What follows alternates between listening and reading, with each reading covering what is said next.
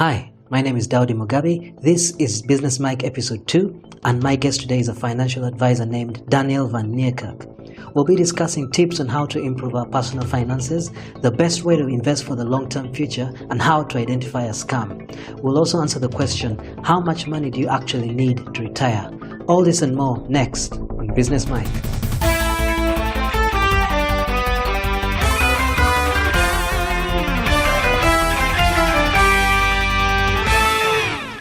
Thank you so much, Daniel, for your time.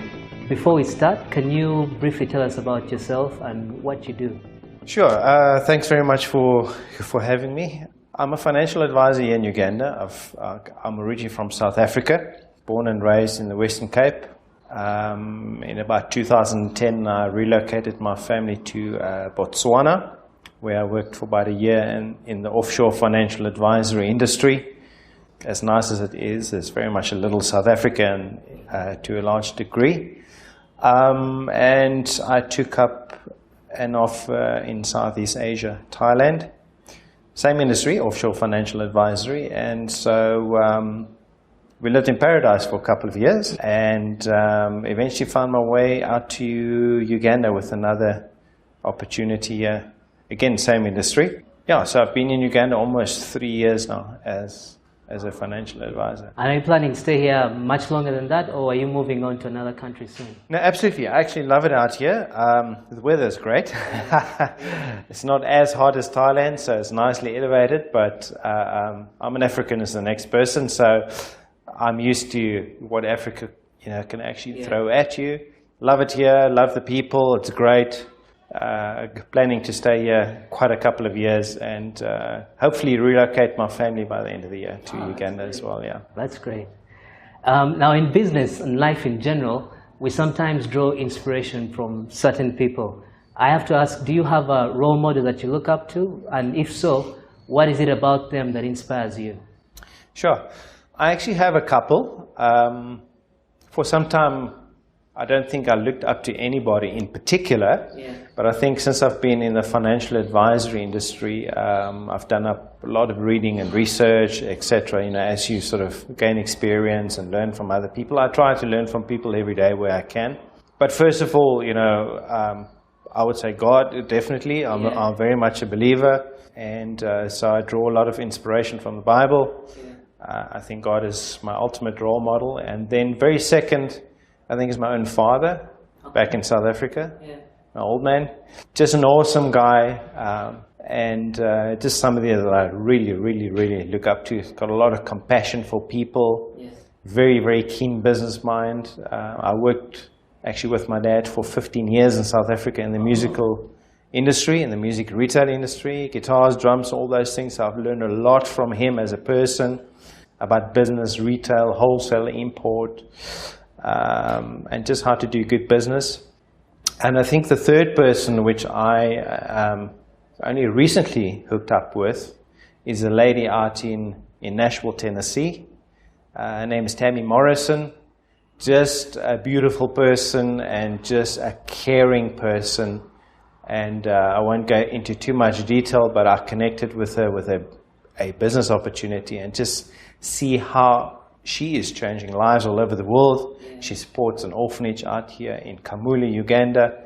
Just a real fantastic, fantastic person that just really touched my heart.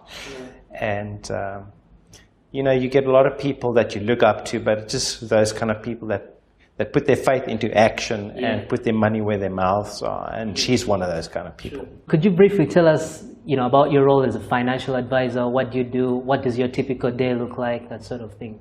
Well, the financial advisory is not one of the most exciting industries in the world, I would imagine. It's not something we crack open a couple of beers about over weekends or like to discuss.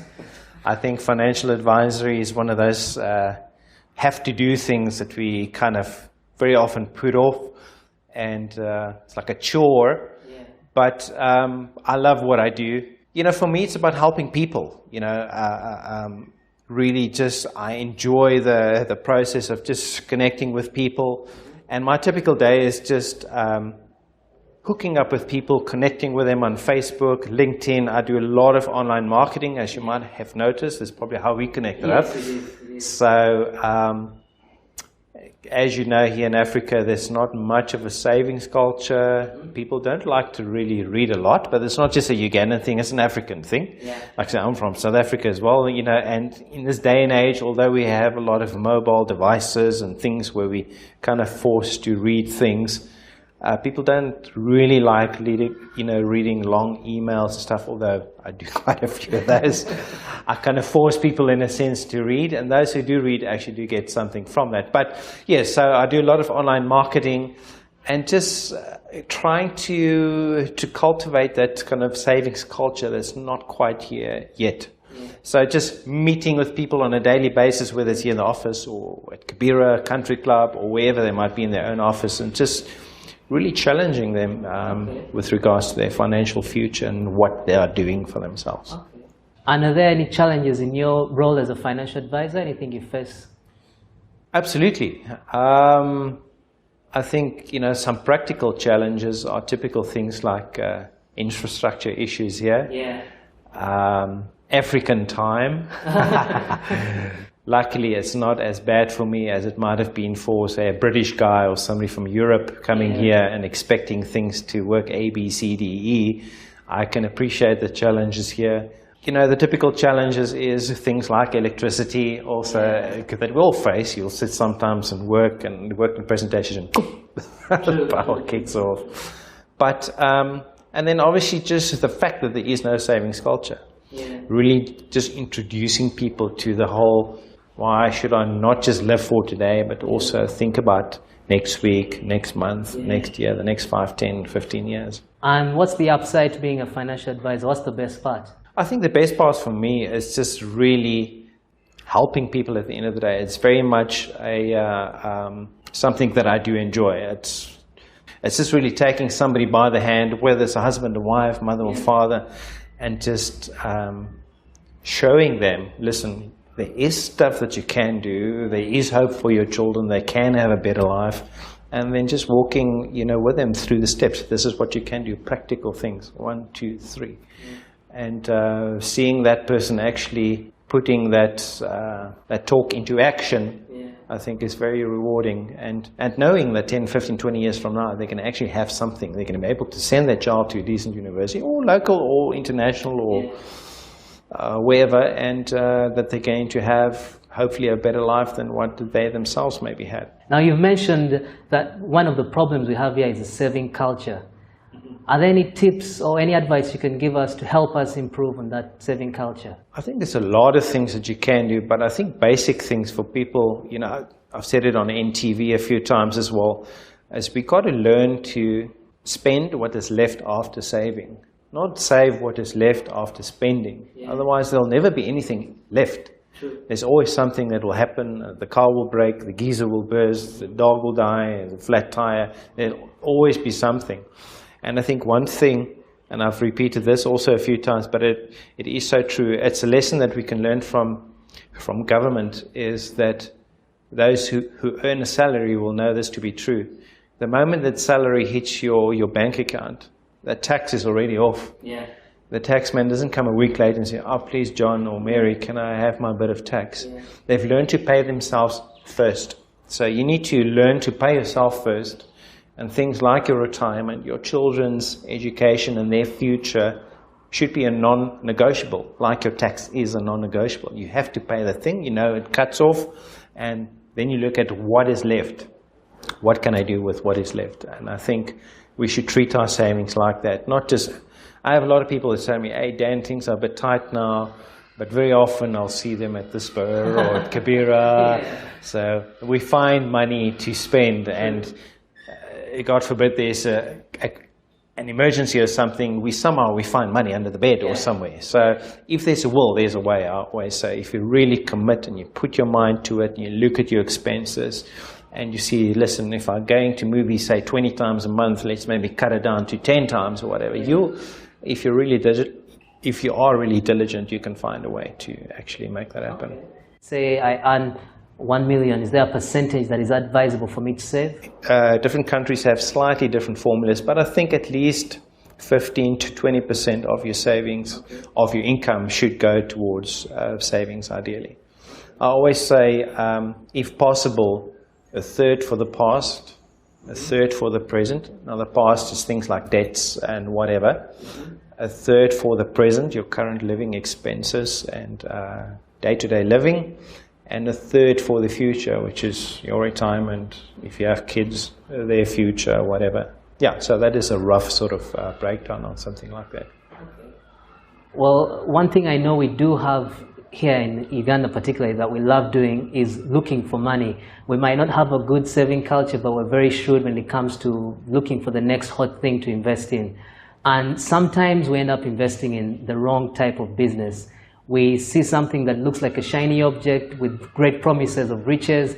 We just jump in and invest, and more often than not, it ends up being a scam. Yes. A popular one that recently happened was the telex-free scam, yes, which you warned people about. Yes. Now, there must have been some signs you saw there that other people missed. How can we be able to identify a scam?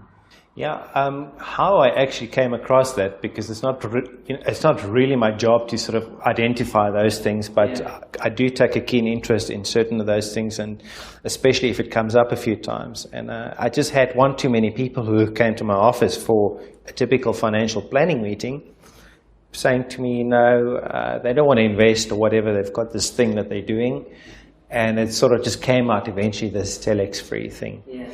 And I did a bit of my own investigation, and the alarm bells just went off, because as a financial advisor, things have to make financial sense to me. Everything has got a cost. As you know, the numbers has to make sense. Yeah. This is just that was one of those too good to be true. Yeah. Typical. You know, when they say something is too good to be true, it usually is. Yeah. So, but like with anything, I like to do my own due diligence and go and check it out and look for the obvious signs. And when money just falls from the sky, then it's a clear warning sign. Sure.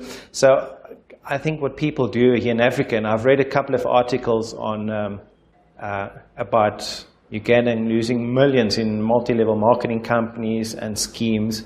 And I think one just needs to differentiate between network marketing and multi-level marketing. I mean, some of the biggest companies in the world are multi-level marketing companies. Tupperware has been there since my grand's days. Yeah. Herbalife, GNLD, there's a lot of these companies, and I might not be a fan of all their business models necessarily, but it doesn't mean they're scams. But I think what people go into these things with just hoping they're going to make money overnight. Yeah. They need to treat it like any business and go and work at it. And there are some of these companies that really, really push the envelope a bit when it comes to income and the promises they make. And I think they need to take some responsibility there. But I think it's up to each one of us to go and do our own due diligence and not get into the hype and suit up and just think money is literally going to fall from the sky, or you're going to have a dream house in the next month or 2, 3. And just look at the business objectively, get independent opinions from people that's maybe already in the business. Yeah. Do your homework. Don't just jump in because your buddy says, because we tend to trust our family and our friends and our pastor or whoever it is with the best of intentions very often, but we get into these opportunities for the wrong reasons. And then we blame the system or the company that's been there for 30 years. Yeah. But very often it's ourselves, because maybe that's not really for us, or we got into it with the wrong motivation, or we thought we were going to sit at home and the money is just going to appear in our accounts or whatever. Okay, those are very good tips there. Before I interviewed you today, I told some of my friends that I'll be meeting a financial advisor. And by far the most popular question they told me to ask you was, where can we put our money, particularly here in Uganda? Because we're saving it personally, but we want to invest it in something that can help us get some good return. And you've been here for quite some time, and they've asked me to ask you, where can we put our money to benefit both in the short term and the long term? I think it's a bit of a tricky question, because I'm an offshore financial advisor. I'm licensed here by the Capital Markets Authority, so as an investment advisor. So what we're trying to do is differentiate, say, what people like UAP or Sanlam incidentally incidentally is also from my home country, so I know them very well. But we're trying to do what is a little bit different than what the local guys are doing. Yeah. So I'm involved in the international markets. So BD Wealth Management, we've got terms of business with some of the largest financial institutions in the world in very, very highly regulated jurisdictions, offshore in the Isle of Man, Jersey, Guernsey, part of the UK Channel Islands. And what is great about these financial institutions is that they offer investor protection, which we don't have here in Africa. It's a big problem. Yeah. People are afraid, like you say, people are increasingly wary of where to put their money. True. Even banks, all over Africa, not just Uganda, you know, a lot of banks just foreclose. Recently, Global Trust Bank, I mean, there's a list of, you know, banks. So people are afraid to just put their money anywhere, and very often just keep it under the mattress. And then you face the danger of the government coming tomorrow and cutting maybe zero of the currency, or anything can happen with that paper money. So it's risky. So what I do is I sit with clients and we do a proper fact find. I'm a UK qualified financial advisor, so we've got a process that we follow and determine exactly what their needs are. You know, what is it that you want from this investment? What is your investment horizon? What kind of returns are you typically looking at?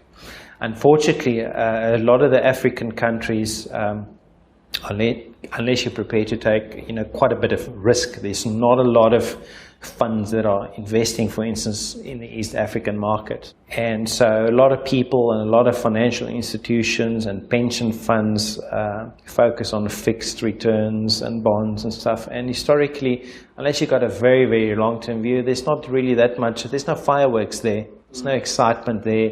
Just putting your money in the bank and let it, you know, just lie there, getting eroded by inflation and goodness knows what else. So in the international marketplace, we got access to the biggest and the best fund managers in the world, you know, covered by international policy protection acts and regulation, regulated by the Financial Conduct Authority in the UK and those jurisdictions, independent regulatory authorities. So you have the best international protection in the world. You're saving also in a secure hard currency like dollars, pounds and euros. So as the shilling continues to depreciate over time, your investment will at least also retain value because it is in a hard currency. So again, that's a whole nother meeting. I don't want to give you a whole financial planning meeting, but suffice to say, if there's anything out there that is decent and is available, we've got access to it.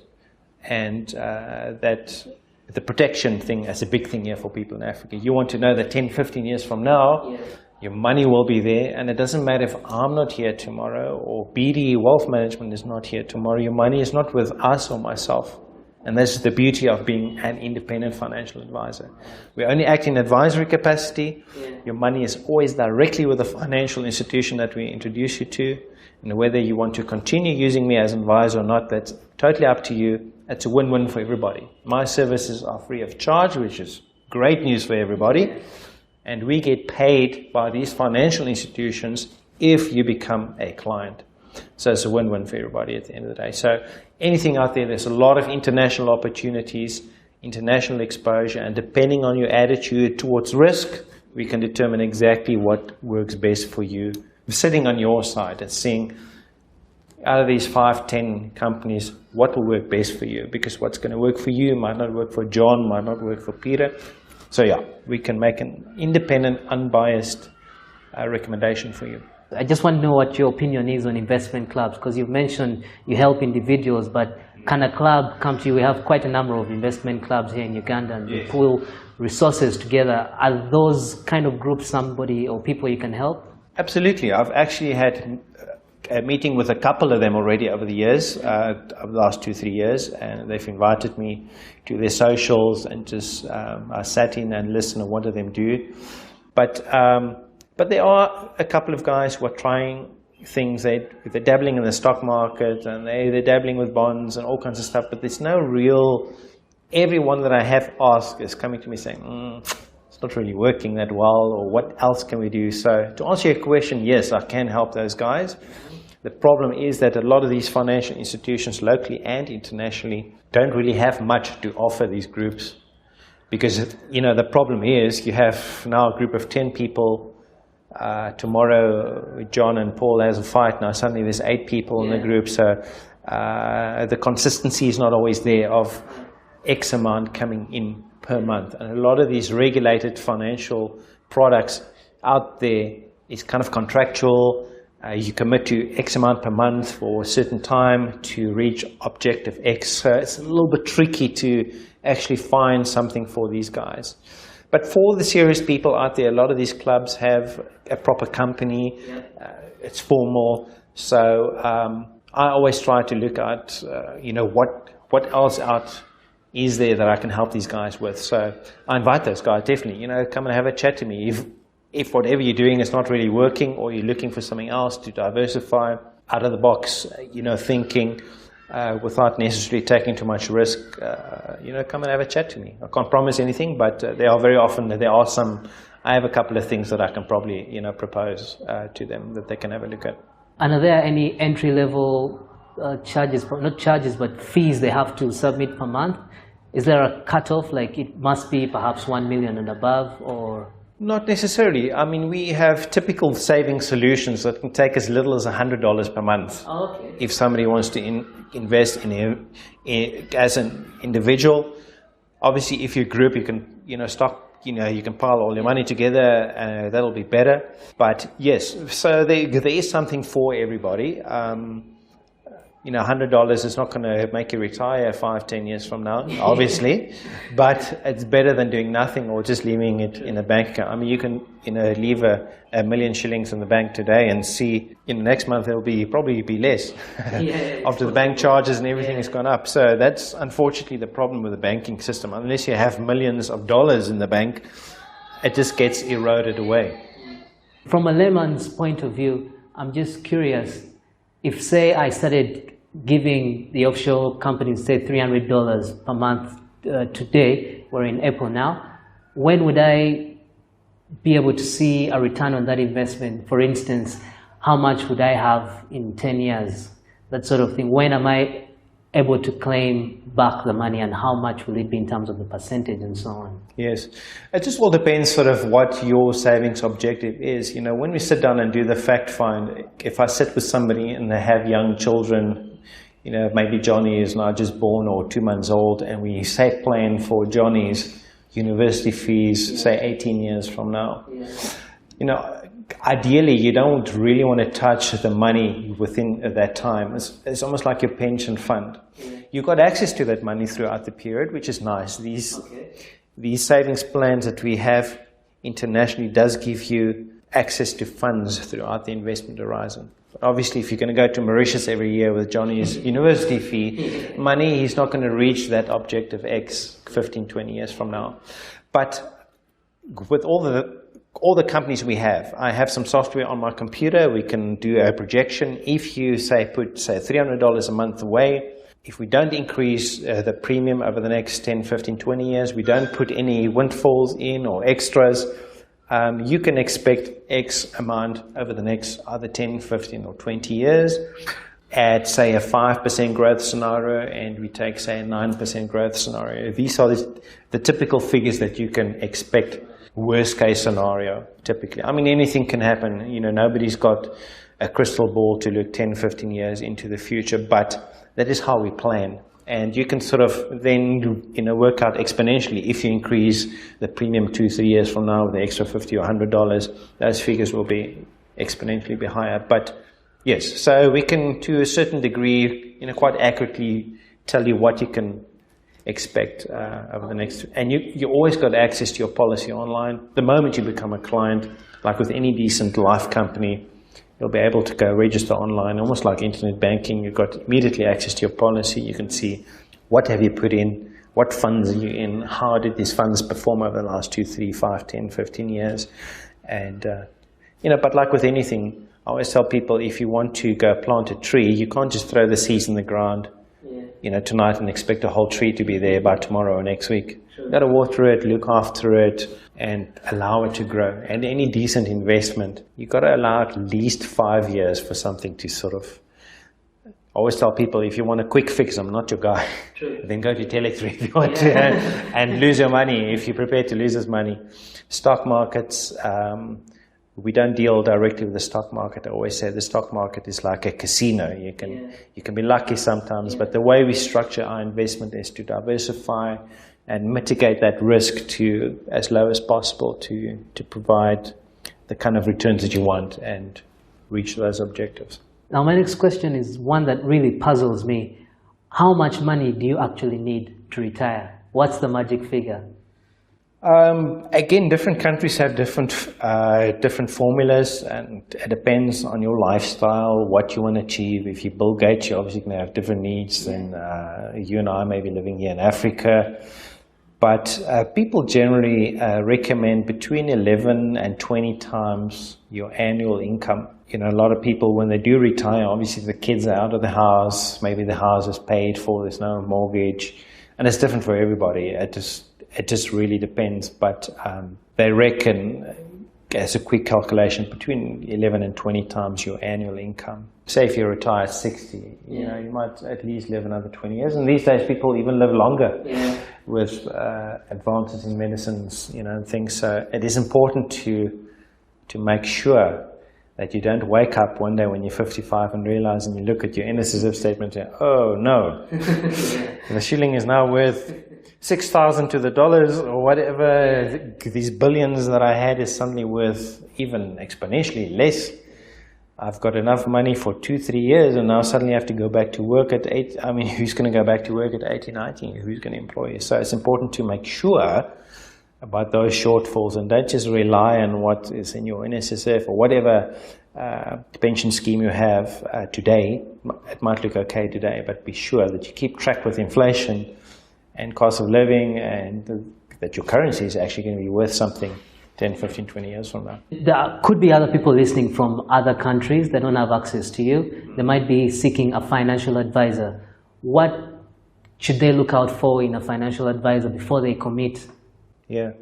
Now, well, the good news is that I deal with, I have clients all over the world. Okay. Being an independent financial advisor in the offshore financial service industry, I have clients, even Ugandan clients, as far as Kenya, Tanzania, even all the way out in Norway, for that matter, on oil platforms. Young Ugandans working as field engineers.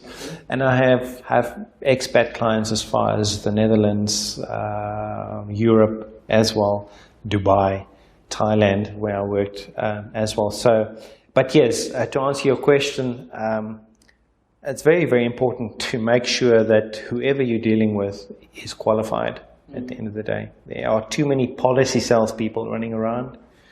And I'm not knocking any company, but be careful of people who just did a 10-day crash course, in-house crash course at the company. I'm not saying they're all bad or whatever. You know, some people come with a lot of experience from other companies, so that's not the measuring stick, but there are a lot of people that yesterday they were selling furniture and 10 days later they're selling financial products.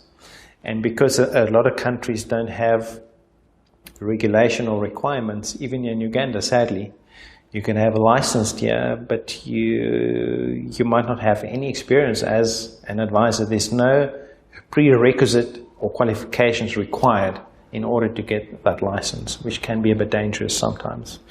Which unfortunately, what a lot of times happen is people buy a product or something and they didn't get the right advice. So it's important to make sure that your advisor is qualified as best as possible. Do a bit of research about the company that they work for or the advisor themselves. Today we have Google. I mean, it's brilliant. Just go Google the person if you can. Locally, that might not be such a major issue, but if you're going to put away quite a bit of money especially, then do a bit of homework there. Ask for references, you know, don't be afraid to ask for references. And if your advisor is worth his salt, he wouldn't mind giving you those references from existing clients. And look at the fee structures, if there are any fees, are there any upfront fees or ongoing fees or consultation fees, and just put that in perspective and see that what you're paying for is actually what you're getting at the end of the day. And for anyone listening who would like to become a financial advisor, is there any place they can go? Are there any institutions they can go to learn the trade? Yes, there are various companies that do long-distance learning. Okay. I've got a qualification with the Chartered Insurance Institute in the UK, the CII for short. They offer various courses, and their courses are highly acclaimed internationally. You can go up to level 4 qualified, and you can work just about any jurisdiction in the world, in the Middle East. So yes, you can just, again, ye old Google, go Google, but there are financial, those kind of companies that does those long distance qualifications, and it's good to invest a bit of money and time and actually getting those qualifications. It'll just get you a lot of experience and know how to do a really, really, really, really good job, and how to deal with people internationally at the end of the day. Okay. Yeah. And for the rest of us who want to learn a bit more about finance, how to manage ourselves, are there any books or websites you'd recommend to help us with that? I listen to people like Donald Trump and various people from all over the world that are successful and that have been successful in business, not just financial advisory or relating to finance necessarily. There's from various entrepreneurs and people who are self-made, the Steve Jobs of this world. With the internet, you can really, really gain a lot of personal knowledge on just how to handle your finances. There's almost not an excuse these days. True. Every Ugandan's got 2-3 devices almost. Internet is a bit expensive here, but you can really, really, really equip yourself very well these days with having the internet and the freedom of information that's out there. You can just go budget, or Google how to budget or how to plan, and you'll get millions of hits on how to do. And then obviously I'm here, just put that all in perspective. People can just come and see me and ask, and I'll help them. Well, Daniel, you've been very kind today, answering all of my questions actually. And now I'd like to turn the tables and suggest, if you are the host of this show today, what's the one question you'd ask me? I'd ask you, when are you coming to see me for your own? I think very often in our industry as well, you have to practice what you preach as well. So, and it's not always easy. Like I say, financial planning is just one of those things that's not a very exciting thing, but it's something we have to do. So, yeah, I would just say, what are you doing for yourself? And if not, why not? And so when you're coming to see me, it's free of charge. So that would be my question. Okay. And how can people get in touch with you? Well, for myself, because I'm really all over the web, if you don't have a pen or paper, if you can just remember very, very simply, just go Google Financial Advisor Uganda. You'll find pages and pages about me. You'll find me on @UgandaAdvisor on Twitter, financialadvisoruganda.com. So yeah, if you forgot my name, if you don't remember a single thing about this interview, just go Google Financial Advisor Uganda. You are guaranteed to find me there, and my Uganda numbers and everything will be on there. Thank you so much for your time, Daniel. I really appreciate it, and wish you a lovely day.